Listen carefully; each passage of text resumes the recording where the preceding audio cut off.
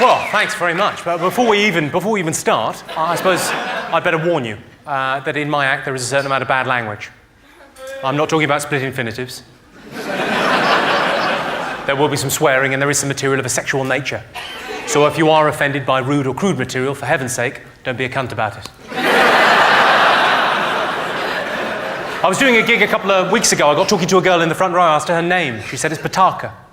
I said, that's an unusual name. You don't hear that every day. To which she replied, actually, I do.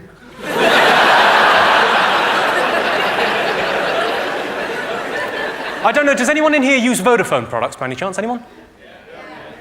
Mainly people over there. I imagine that's where the reception is best, is it? I don't use Vodafone products, not because they're not good products. I'm sure they're reasonably priced. I'm sure they work reasonably well. But I don't use them because I don't like their advertising slogan. It's join the world's largest mobile community. Now, correct me if I'm wrong. That's the gypsies. No offence to you. If you want to dress in that manner and live in a lay-by, it's very much up to you. Can't believe you went like that. Well done. Good. What's your name? Scott. Scott. Well, don't feel bad about everyone laughing at you, Scott. It's fine. You and I both know they all need clothes pegs.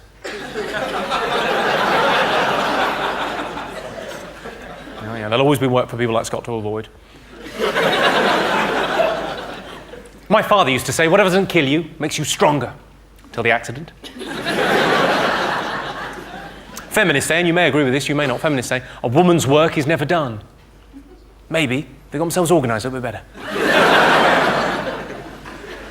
It's a bit of an icy stare you give me there, madam. What you've got to understand is that's postmodern misogyny. That joke is in fact steeped in irony. So don't you worry your pretty little head about it, love.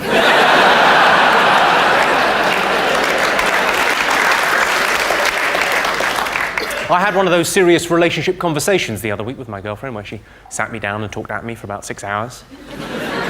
I hadn't realised until then that when a man says he is spoken for, that is quite literally what he means. She said to me, Jimmy, we're at a crossroads in our relationship. Down one road is hard work and commitment, but ultimately, happiness. And down the other road, well, the other road is a dead end. And I said, that's not a crossroads, that's a T-junction. Well, I'm glad you laughed. She went fucking mental. I should, I suppose, point out at this early stage in the show that despite my dress and general demeanour, I'm not gay. Unless you're from Newcastle. And by gay, you mean owns a coat.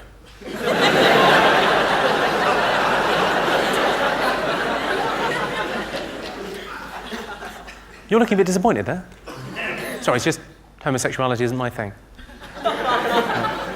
No hard feelings.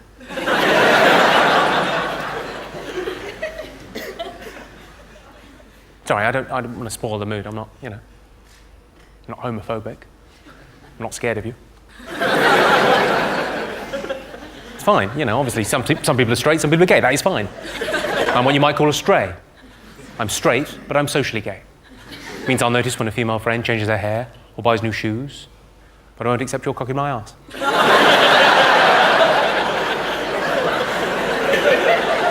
It's less of a joke, it's just something I wanted to make absolutely clear. I get the feeling from that look on your face that I may have misjudged this situation. You either look hard or gay. Hopefully not both. You look as if you want to take me outside. I'm not entirely sure why. I suppose either way I'm buggered. As I'm sure you all will have ascertained, I'm quite middle class, and I'm from the home counties. So I don't have an accent. This is just how things sound when they're pronounced properly. Not that there's anything wrong with being working class these days. Being working class is very much like masturbation. It's nothing to be ashamed of. Of course, it's nothing to be proud of either. And both give you calluses on your hands. Sting, the popular singer, Sting's often bragging about his 8-hour-a-night sex sessions with his wife, Trudy. Imagine how long he'd be able to keep it up if she was a looker.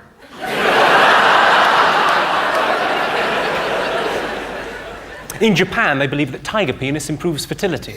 But I think, if you really want to get pregnant, you're best off using a man's cock.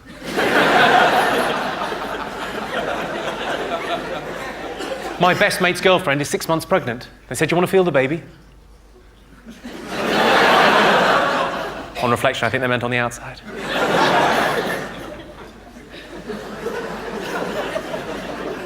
They say travel broadens the mind, except with Americans, which tends to widen the arse.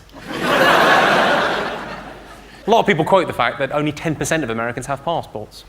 The thing is, they say it like it's a bad thing. Don't get the wrong idea, I've got nothing against Americans. Just one came up to me after a show a couple of weeks ago and said he thought I was patronising. I said, "Well, I think you'll find that's pronounced patronising." It means when you talk down to someone.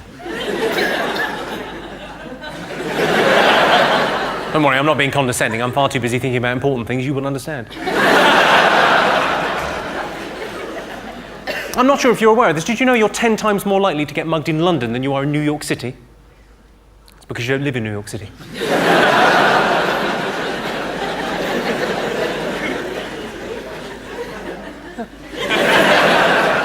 See, my favourite news story of the last year came from America. I'm sure you all saw this story in the papers or on TV. It was a story about a man in Utah, an American man, he was out rambling in the wilds of Utah, the beautiful desert landscape, and there was a rock fall, and he got his hand trapped underneath a massive boulder, and he had to sever his own hand in order to walk to freedom. Incredible story about human courage and spirit. Did you all see that story? Well, I can't believe anyone saw it and didn't ask themselves the question, because I think it does beg the question, would I be able to do that? I've given it quite a lot of thought, and I think yes, I would be able to do that. What do I care about an American's hand? If it's life or death, I'll cut his fucking head off. The other story that sort of tickled me from America, not quite as inspiring, I'll be absolutely honest with you, was the story of an English woman and an American man. This made the papers earlier in the year. They were flying from JFK to London Heathrow, never met each other before, flying in first class. They just knew each other for 8 hours, and they were arrested as they came into land at Heathrow. And the reason they were arrested was because the lady was filleting the man. I mean sucking off. Yes, as they came into land, the lady was filleting the man. I myself prefer a boiled sweet.